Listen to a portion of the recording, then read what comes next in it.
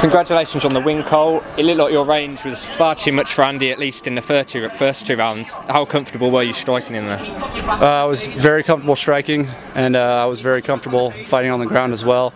I think he gave me a lot of problems in the middle portion, where he's pushing you up against the cage, wearing you out like that. I had a very tough weight cut, and so the isometric hold, the constant maintenance of a single strong grip was very difficult. And as you saw in the fight, I did a lot of it, trying to whiz her on the cage and then with the body triangles on the back. So that gave me some problems. And you had much more success on the feet in the last round. Did you feel yourself slowing down at all, or was he just going for it in the final round a bit more? Like I said, I don't want to go into the details, but I had a very extremely tough weight cut. So my legs were taken out of me. Is it the sort of thing that would make you consider cutting to 145 again, or is it just a one-off? 145's your home. You're going to stay here for your next fight.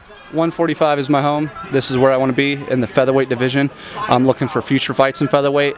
But I'm always interested in a catchweight. Hey, if the UFC wants to put me at 185, I'll put some rolls of quarters or pounds, as you guys would say, and I'll get on the scale. I'm a martial artist first, but yeah, I want to stay at 145, but if they want to make some things happen at 55 or like catchweight at 50, I'll do it. I'm here to fight. I want to fight often as possible. I've had some issues in the past where you see me fight twice in a year. That's not my call. I've had a bunch of surgeries and things like that have kind of kept me from maintaining a more active lifestyle, and as you've seen, I've fought 3 times this year. I want to keep doing that. One of your peers, I won't embarrass him by name and who, but we spoke to them today, and they said you're the epitome of a true fighter. It don't matter whether you win or lose, as long as you get to fight to your potential. Are you happy that you did that today?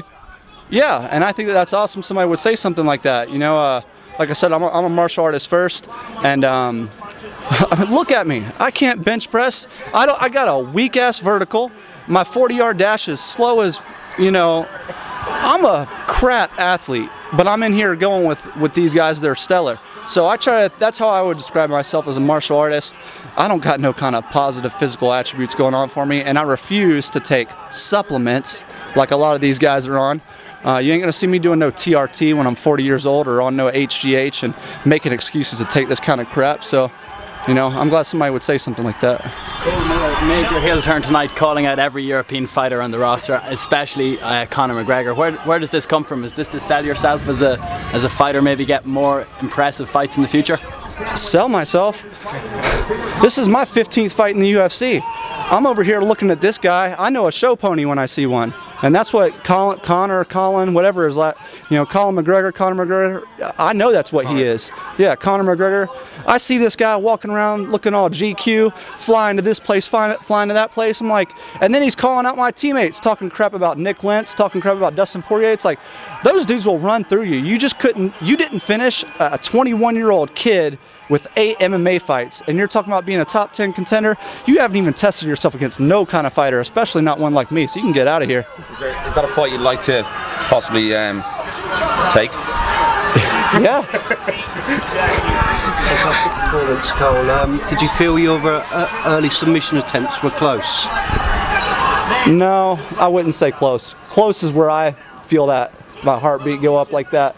I didn't feel like any of them were close, but I could feel myself inching toward them, and I put myself in certain situations where I think maybe I should have had them. He was very well prepared.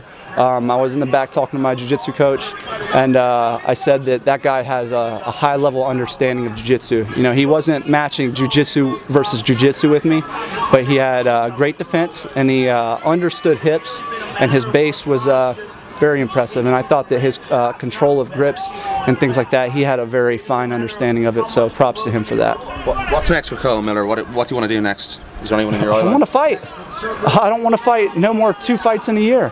I'm here to work, I'm trying to represent myself, represent my company, which is the UFC, represent my team, which is American Top Team. Put me out there.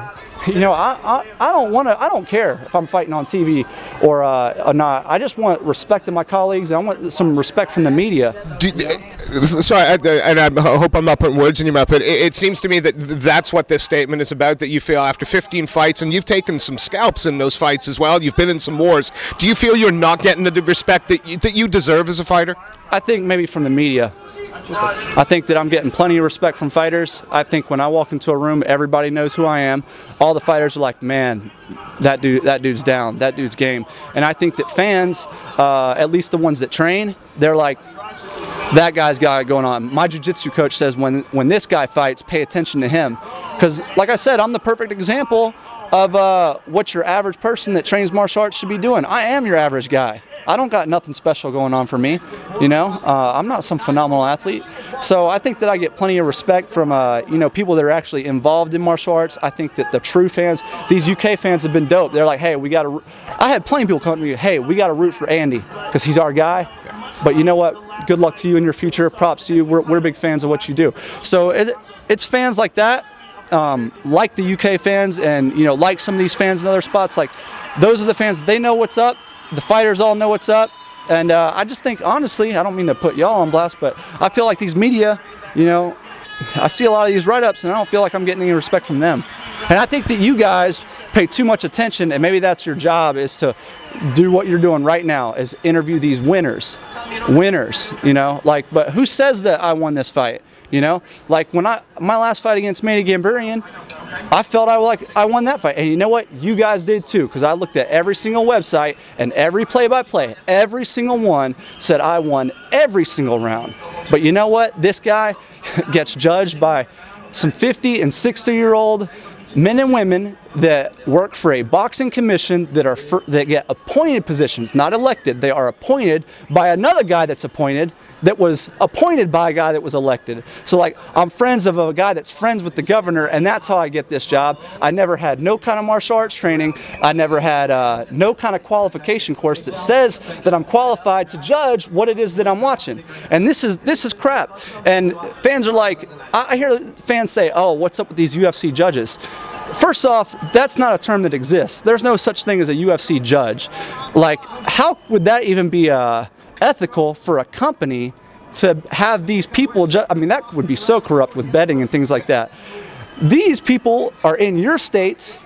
Their names are publicly given. They are on every single scorecard. So this is a responsibility for the fighters and for the fans. Write your commissioners, you know, write them and say, hey, this judge is unqualified.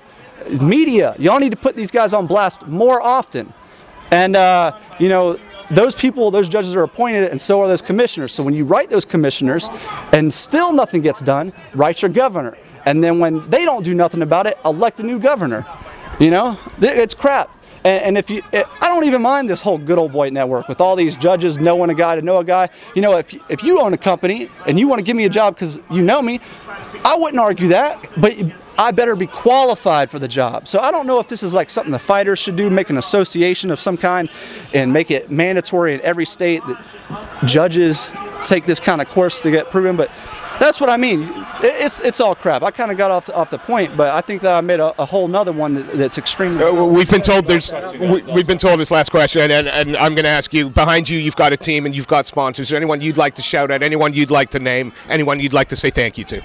Just my team, American Top Team, IHP.